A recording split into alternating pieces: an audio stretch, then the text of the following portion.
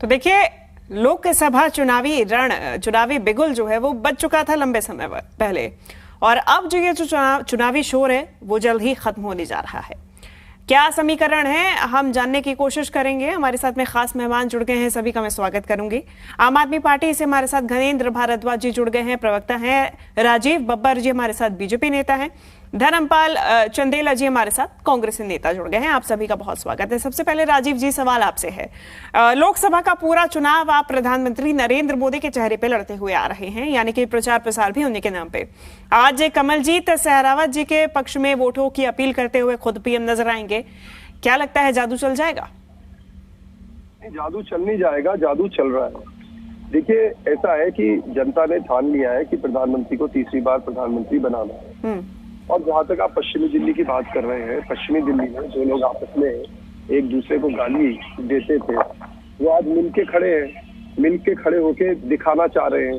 ना तो वो मिल पा रहे हैं, और दूसरी बात है इन दोनों का एक ऐसा वोट है जो ये नहीं चाहता था कि ये दोनों मिले, वो सब टूट के भारतीय जनता पार्टी के पास आ रहे हैं। तो हमारी जो जीत है इस बार और प्रचंड होने वाली है, और वो जनता का मिजाज बता रही है और जनता की बात बता रही है। तो मुझे लगता है कि कहीं कोई कंफ्यूजन नहीं, कोई खतरा नहीं, बिल्कुल क्लीन है। तीसरी बार फिर मोदी सरकार, उसमें कहीं कोई कंफ्यूजन नहीं है। ठीक है घनेंद्र जी, कोई कंफ्यूजन राजीव जी को नहीं है और पूरे आश्वस्त नजर आ रहे हैं। हालांकि आपकी तरफ से एक मजबूत दावेदार को एक बार फिर से चुनावी मैदान में उतारा गया है। लंबा प्रचार प्रसार भी हमने देख लिया है और अब वो प्रचार प्रसार की घड़ी भी खत्म होने को आई है। 2019 के चुनावी नतीजे रिपीट हो सकते हैं, या फिर आप भी आश्वस्त कि अब बदलाव का समय? देखिए, कंफ्यूजन राजीव जी को नहीं है, कंफ्यूजन मोदी जी को था, अमित शाह जी को था, जो उन्होंने 10 साल इनके सांसद रहे परवेश वर्मा का टिकट काट दिया। परवेश वर्मा वही सांसद थे जिन्होंने 10 साल सांसद रहने के बाद भी कभी भी पश्चिमी दिल्ली लोकसभा के किसी भी मुद्दे को उन्होंने संसद में नहीं उठाया। परवेश वर्मा ने पूरे का पूरा 10 साल सिर्फ और सिर्फ अरविंद केजरीवाल जी को गाली देने में निकाल दिया। परवेश शर्मा उन बदतमीज सांसदों में से अव्वल नंबर पे थे जो अरविंद केजरीवाल जी और आम आदमी पार्टी के बारे में अपशब्द बोलते थे। और रही बात इस चुनाव की, तो ये चुनाव देश के लोगों ने तय कर लिया है कि इस चुनाव में नरेंद्र मोदी की अहंकारी और तानाशाही सरकार को हटाना है। ये चुनाव जो है देश के लोकतंत्र और संविधान को बचाने के लिए लड़ा जा रहा है। इस चुनाव के अंदर देश के लोगों ने 10 साल नरेंद्र मोदी को दिए। नरेंद्र मोदी जी ने देश के लोगों से बड़े बड़े वायदे करे थे कि मैं आऊंगा, महंगाई कम होगी, मैं आऊंगा, भ्रष्टाचार कम होगा, मैं आऊंगा, बेरोजगारी कम होगी, मैं आऊंगा, महिलाओं पे अत्याचार खत्म होंगे, मैं आऊंगा, किसानों को एमएसपी मिलेगी, मैं आऊंगा, किसानों की डबल इनकम कर दूंगा, मैं आऊंगा, अर्थव्यवस्था सुधारूंगा। लेकिन 10 साल तक नरेंद्र मोदी अपना एक भी वायदा डिलीवर नहीं कर पाए। डिलीवरी के नाम पे बिग जीरो नरेंद्र मोदी साबित हुए। आज देश के लोग कह रहे हैं कि नरेंद्र मोदी जी 10 साल दे दिए आपको, 10 साल कम नहीं होते। 10 साल बाद भी आज नरेंद्र मोदी देश के असल मुद्दों पे चुनाव लड़ना नहीं चाह रहे। आज भी नरेंद्र मोदी देश को कम्युनल एजेंडे की तरफ लेके जाना चाहते हैं। आज भी धर्म के नाम पे, जात के नाम पे, मंगलसूत्र के नाम पे आपकी भैंस भगा के ले जाएंगे। इन मुद्दों पे प्रधानमंत्री बात कर रहे हैं, जो बहुत शर्मनाक है। और ये बात साफ साफ दिखा रहा है कि नरेंद्र मोदी और भारतीय जनता पार्टी पूरी तरीके से अपनी हार मान चुकी है। पूरी तरीके से नरेंद्र मोदी को पता है कि दिल्ली के लोगों ने और देश के लोगों ने फैसला कर लिया है कि अब की बार नरेंद्र मोदी की सरकार को नहीं लाना। और मैं कहना चाहता हूँ कि 4 जून आएगी, और अब तो दिल्ली में कह रहे हैं कि अच्छे दिन आएंगे, नरेंद्र मोदी जाएंगे। आपके पास में नरेंद्र जी मैं यही कह रहा था कि नरेंद्र मोदी की सरकार की उल्टी गिनती शुरू हो चुकी है। बच्चा बच्चा दिल्ली का ये कह रहा है, देश का बच्चा बच्चा ये कह रहा है कि अच्छे दिन आने वाले, नरेंद्र मोदी जाने वाले हैं। क्योंकि धर्मपाल जी हमारे साथ जुड़े हुए दिनों के नाम पे देश के लोगों को, दिल्ली के लोगों को चीट करने का काम कर रहा है, धोखा देने का काम कर रहा है। धर्मपाल जी हमारे साथ जुड़े हुए हैं कांग्रेस से। धर्मपाल जी, जब आपकी पार्टी ने भरोसा जताया था महाबल जी को तो संसद तक पहुंचे थे। अब की बार आम आदमी पार्टी ने भरोसा जताया है, तो कितना भरोसा आपको है? महाबल मिश्रा जी ने मेंबर पार्लियामेंट रहते हुए क्षेत्र में जो डेवलपमेंट के काम किए वो सराहनीय है। महाबल मिश्रा जी हर दुख सुख में लोगों के साथ खड़े रहे, पहुंचे और सांसद ना रहते हुए भी लोगों के बीच रहे। भारतीय जनता पार्टी का 10 साल सांसद रहा। कोई लोग ऐसे नहीं है जो उसे जानते हो, पहचानते हो, किसी के दुख सुख में गया हो, कभी आया हो। वो सबसे दिल्ली में 7 सांसदों में फेलियर सांसद रहा। उसका 10 करोड़ का बजट आज भी उसमें आया है न्यूज में, 10 करोड़ का बजट उसने अपना लैप्स कर दिया। कोई डेवलपमेंट का काम नहीं किया, कहीं लोगों में दिखाई नहीं दिया। और रही मोदी की बात, मोदी जी देश को हिंदू मुसलमान में बांट रहे हैं, देश को सांप्रदायिकता की आंख में झोंक रहे हैं, देश के संविधान को बदलना चाहते हैं, देश के लोकतंत्र को खत्म करना चाहते हैं, तानाशाही की ओर बढ़ रहे हैं। आज मोदी जी को कोई पसंद नहीं कर रहा।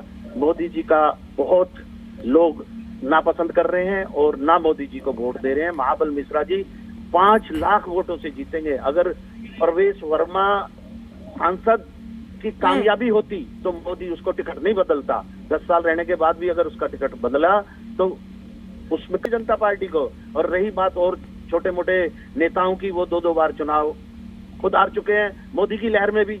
तो भारतीय जनता पार्टी की लहर है कहाँ? आज मोदी के खिलाफ वोट पड़ रहा है, ना के किसी और के। ठीक है, मोदी की बहुत फेलियर है। ठीक है, लौटूंगे आपके पास में।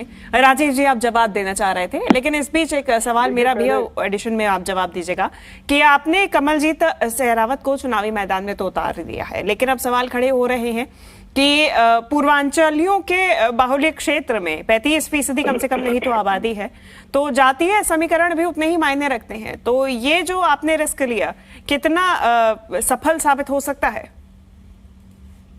देखिए, पहले तो मैं धीरेन्द्र जी का जो कंफ्यूजन है वो दूर करना बहुत जरूरी है, क्योंकि उनको किताब पढ़ने की जरूरत है। मैं इनको बता देता हूँ, इन्होंने कहा मोदी जी ने कुछ नहीं किया, तो अब जरा सुन लीजिए ध्यान से। 383 मेडिकल कॉलेज थे, आज 700 मेडिकल कॉलेज है। 0 वंदे भारत थी, आज 41 वंदे भारत है। 7 एम्स थे, आज 23 एम्स है। और 72 एयरपोर्ट थे, आज 150 एयरपोर्ट है। 2 करोड़ अकाउंट थे, आज 50 करोड़ और अकाउंट जुड़ गए हैं। अभी भी ये कहते हैं देश में कोई काम नहीं हुआ है, क्योंकि इन लोगों को सिर्फ गुमराह करने की पॉलिटिक्स करनी है। जातिवादी की पॉलिटिक्स ये कर रहे हैं, लोगों को गुमराह करने की पॉलिटिक्स ये कर रहे हैं। सबका साथ, सबका विकास और सबका विश्वास का जो नारा मोदी जी ने दिया, उस पर काम किया। इनसे पूछो 14.5 करोड़ बहनों को जिनको आज धुएं से मुक्त होकर उज्ज्वला गैस मिली है, उनसे पूछो मोदी उनके लिए क्या है। उनसे पूछो जिनको 7 करोड़ टॉयलेट मिले हैं, बहनों को इज्जत घर मिला है, उनसे पूछो जिनको घर मिला है, उनसे पूछो मोदी क्या है। और दिल्ली में 70 लाख परिवार और देश में 80 करोड़ परिवारों को जो 5 किलो अनाज मुफ्त मिल रहा है, उनसे पूछो मोदी क्या है। तो ये जो लोग ना तो समझते हैं ना पढ़ते हैं, सिर्फ मोदी का विरोध। इनके पास एजेंडा क्या है, इनसे पूछिए इनका प्रधानमंत्री कौन है। आज ये दोनों बैठे, इनसे पूछिए क्या दिल्ली में तुम्हारा कोई कॉमन मिनिमम प्रोग्राम आया? क्या कांग्रेस और आम आदमी पार्टी ने मिलकर एक प्रेस कॉन्फ्रेंस करी? बताइए इनको। ये इतने लंबे भाषण दे रहे हैं। अरे तुम लोगों ने तो धोखा दिया। और यहाँ पर सिख पॉपुलेशन रहती है। वो महाबल मिश्रा जो सज्जन कुमार का दोस्त था, कांग्रेस जिसको खूनी पंजा कहते थे सिख, उनके साथ वो चुनाव लड़ रहा है और जाकर वोट मांग रहे हैं। ये सब बातों का उत्तर कौन देगा?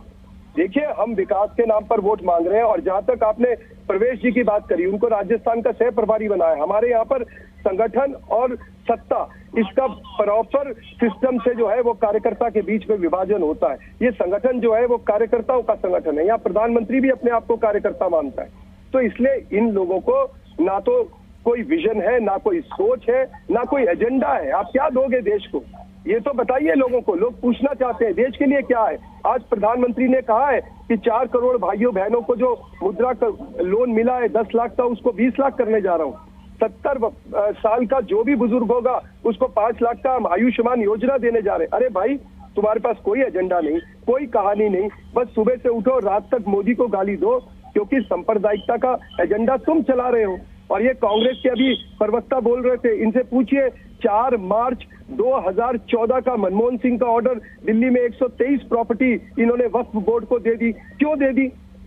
तो क्या वो सांप्रदायिकता नहीं है?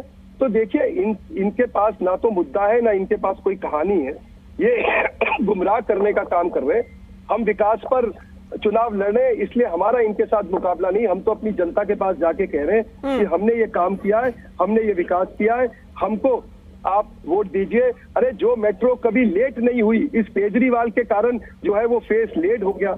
तो इसलिए इन लोगों को ना तो सत्ता चलानी आती है, ना ये चला सकते हैं। राजीव जी, आप कह रहे हैं कि आपका कांग्रेस के साथ चुनाव नहीं है, कांग्रेस भी कह रही है कि हमारा तो चुनाव है ही नहीं, ये तो बीजेपी वर्सेस जनता का चुनाव है। मल्लिकार्जुन खड़गे साहब को सुना होगा आपने, और जनता जवाब देगी। राजीव जी,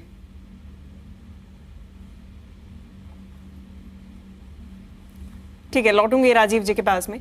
गणेंद्र जी, महाबल मिश्रा जी ने एक नारा दिया हुआ है कि संसद में जाएंगे, सत्ता में आएंगे तो भी ठीक काम करेंगे, नहीं भी आएंगे तो भी जनता के लिए काम करेंगे। तो ऐसे में ये आंकड़े लेके चल रहे हैं क्या, ये परसेंटेज की परम्यूटेशन कॉम्बिनेशन की उम्मीद है हार भी सकते हैं?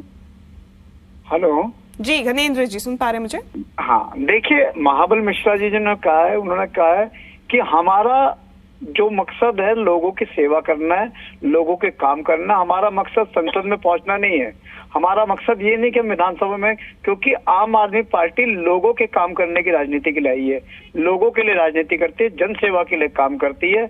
और जिस तरीके से महाबल मिश्रा जी काम कर रहे हैं, महाबल मिश्रा जी सांसद रहे 5 साल, आज लोग कह रहे हैं कि हमें महाबल मिश्रा जी के साथ काम करना है, हमें महाबल मिश्रा जी के साथ रहना है। ये रोक लियो गाड़ी, नहीं रोक ले, रोक।